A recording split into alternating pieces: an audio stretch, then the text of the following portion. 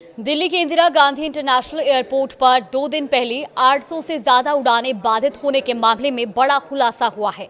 जांच और विशेषज्ञों से मिली जानकारी में सामने आया कि जीपीएस यानी कि ग्लोबल पोजिशनिंग सिस्टम के सिग्नल से छेड़छाड़ की साजिश की गई थी। नमस्कार, आप देख रहे हैं न्यूज 18 का डिजिटल प्लेटफॉर्म और मैं हूं आपके साथ जागृति खंतवाल।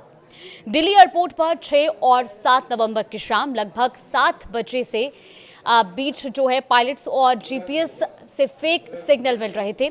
इन फेक सिग्नलों के कारण कॉकपिट स्क्रीन पर विमान की स्थिति यानी कि पोजीशन ही बदल गई और एक नकली तस्वीर सामने आने लगी।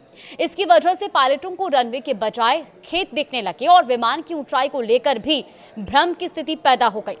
ये गड़बड़ी 6 नवंबर की शाम को शुरू हुई थी और 7 नवंबर को सुबह 9 बजे सिस्टम पूरी तरह फेल हो गया।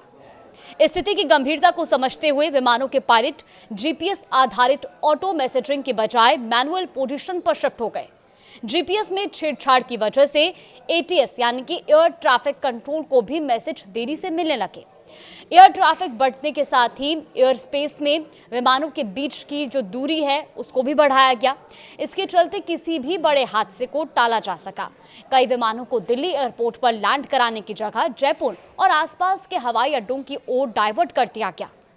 जीपीएस में छेड़छाड़ के साथ ही 7 नवंबर को आईजीआई पर एटीसी यानी कि एयर ट्रैफिक कंट्रोल के ऑटोमेटिक मैसेज स्विच सिस्टम में भी तकनीकी खराबी आ गई, जिससे पायलट और फ्लाइट ऑपरेशन 12 घंटे से ज्यादा प्रभावित रहा। एएमएसएस एक कंप्यूटर नेटवर्क सिस्टम है जो कि पायलट, ग्राउंड स्टाफ और दूसरे एयरपोर्ट्स तक फ्लाइट प्लान, रूट, ऊंचाई और मौसम संबंधी जानकारी रियल टाइम में भेजता है। इसके काम ना करने पर सभी अपडेट मैनुअल यानी कि हाथों से ही करने पड़ते हैं, जिससे काम का बोझ और देरी बढ़ जाती है। इस घटना के कारण 800 से ज्यादा उड़ानें देरी से उड़ी और 20 को रद्द तक करना पड़ा। एयरपोर्ट का ऑपरेशन 48 घंटे के बाद नॉर्मल हो पाया।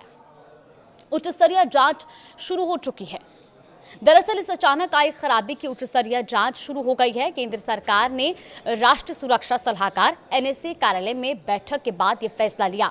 जांच में ये देखा जाएगा कि कहीं इसमें बाहरी ताकत या साइबर हमले का हाथ तो नहीं था। साइबर सुरक्षा विशेषज्ञों ने आशंका जताई कि हैकर्स को किसी विदेशी सरकार की मदद मिली हो सकती है। हैकर्स ने जीपीएस के ओपन सिविलियन मैसेज की कॉपी करके सिग्नल ब्लास्ट किया। सूत्रों के अनुसार देश में सिविलियन विमानों के जीपीएस से छेड़छाड़ के ऐसे 465 से ज्यादा मामले हाल के महीनों में डीजीसीए ने रिकॉर्ड किए हैं, जिनमें ज्यादातर घटनाएं जम्मू और अमृतसर जैसे सीमावर्ती इलाकों में दर्ज की गई हैं। विशेषज्ञों के मुताबिक इसरो द्वारा विकसित किया गया स्वदेशी सैटेलाइट सिस्टम नाविक विमानन सुरक्षा बढ़ाएगा और ये पूरी तरह भारत के नियंत्रण में है। एक्सपर्ट्स की माने तो यदि नाविक उपयोग में होता तो दिल्ली एयरपोर्ट की एक घटना रोकी भी जा सकती थी। फिलहाल देश और दुनिया की तमाम बड़ी खबरों के लिए देखते रहिए न्यूज़ 18।